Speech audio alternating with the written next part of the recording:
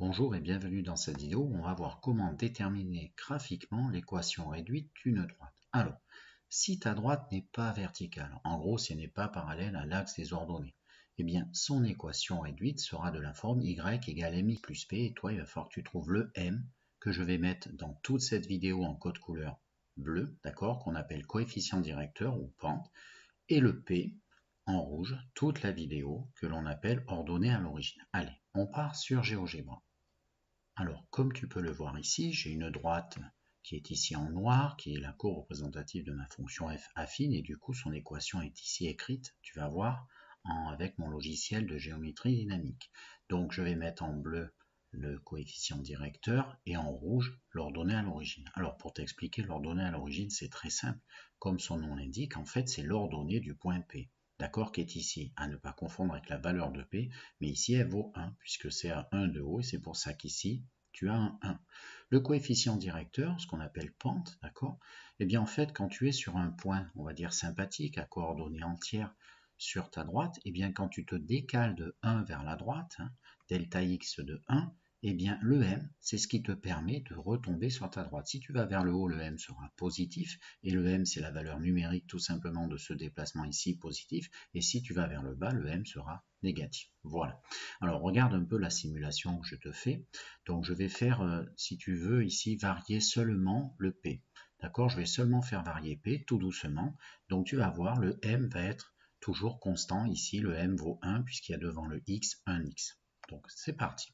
Regarde bien, là, actuellement, l'équation est devenue y égale x plus 2, parce qu'en fait, elle traverse ici ton axe des ordonnées en 2, en 3, en 4, en 5. Tu vois, ton P, c'est ici. Ton P, en fait, c'est là où ça traverse en hauteur, en rouge, ton axe des ordonnées. Ben, il suffit de lire ça. Si ça tombe pas juste, il faut essayer d'estimer avec toute ton intuition. Alors maintenant, le M, je vais replacer un petit peu P au-dessus. On va, disons, mettre un P égal à 1. D'accord, on va le stopper à cet endroit-là. Et donc, voilà. Le M, je vais faire varier M. Alors, regarde bien. Le M, là, comme tu peux le voir, j'ai pris un M de 2. Et qu'est-ce qui se passe devant le X? Du coup, c'est 2X, ton équation réduite. Le coefficient directeur, il est de 2, parce qu'en fait, quand tu pars du point P qui est en rouge, tu te décales de 1 vers la droite, tu fais donc un delta X de 1, ben là, tu dois monter de 2 carreaux. De 2 carreaux vers le haut, M égale plus 2. On continue, M égale, tu vois ici, ça peut s'arrêter, M égale 4,5. Voilà, je m'arrête. Là, ici, sur ce dessin, la pente est beaucoup plus sévère. Le M, il vaut 5, etc., etc. Je t'ai fait ici des simulations avec des M positifs.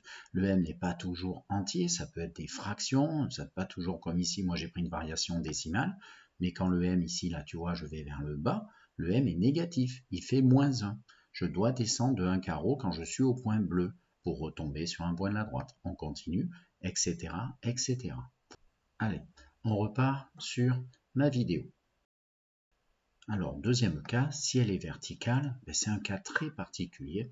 En fait, eh bien, comme je te l'ai marqué là, en fait, tous les points qui sont sur cette droite verticale, attention, dans ce cas-là, l'équation réduite n'est pas y égale mx plus p. D'accord? Eh bien, en fait, ici, ton x, il fait moins 3. Toujours, si tu regardes bien les points qui sont là, ici, ce point, son abscisse est moins 3. Et son ordonnée 0. Moins 3, 0. Moins 3 plus 1. Moins 3 plus 2. Moins 3 plus 3. Tous les points qui sont ici, leur x est le même, et il fait moins 3, d'où l'équation réduite x égale moins 3. Pour les mêmes raisons, cette droite bleue ici, son équation réduite est x égale 2.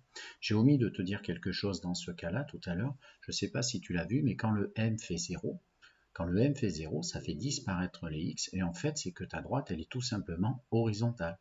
D'accord? Et du coup, tu auras juste une équation du type y égale le p. D'accord? Là où ça traverse ton axe des ordonnées. Allez, tu peux faire pause et puis chercher tous les petits exemples d'équations réduites de droite marron que je te propose à gauche. Alors, dans le premier, on a ici une droite marron. La première chose à faire, c'est de regarder, disons, on peut regarder son P. Alors son P, tu regardes où ça traverse, P, il fait moins 1. Ça traverse ton axe des ordonnées. Ton M, alors ton M, tu prends un point sympathique, tu te décales de 1 vers la droite, comme ça tu as un delta x qui vaut plus 1, et tu regardes ce qu'il faut faire, il faut monter de 2, ce que je t'affiche. Du coup, ton m, il fait plus 2. Et donc, l'équation réduite de ta droite dans ce cas-là, c'est y égale 2x moins 1. Alors là, tout de suite sur ma droite, eh bien, on est dans des cas particuliers. En fait, tu es d'accord, donc elle n'est pas verticale, donc c'est en fait y égale mx plus p, mais dans ce cas-là, le m, il fait 0. D'accord? Le m, il fait 0. Si tu te décales, suis mon laser, tu prends un point, disons celui-ci, tu prends un décalage de 1, tu n'as pas à monter ni à descendre. Donc le m, il fait 0. Donc en fait, ça va faire y égale 0x plus, et ton p fait 1. Donc y égale 1 pour cette droite. En fait, c'est des cas particuliers, ça va très vite. Donc y égale 1 pour celle-ci. Et puis l'autre, si tu regardes bien, on est au niveau de la hauteur à l'image moins 2. Et bien y égale moins 2. On continue. Donc sur cette droite-là, bien le P, je vais le faire en premier, c'est le plus facile. Ça semble traverser l'axe des ordonnées en plus 2. Voilà. Par contre, le M, ça a l'air un peu plus embêtant. Alors, tu t'affoles pas, je vais te faire afficher un petit dessin, ce n'est que de l'observation, et d'utiliser la proportionnalité. Alors, si tu regardes bien, en fait, si tu te décales de 1 là, il faudrait descendre ici, ça va être un M négatif, mais de combien? Je t'ai mis un petit point d'interrogation bleu. Alors, regarde un peu plus. En fait, si on se décale, comme je te l'indique, de 3 carreaux vers la droite, ça nécessite moins 2 en descente.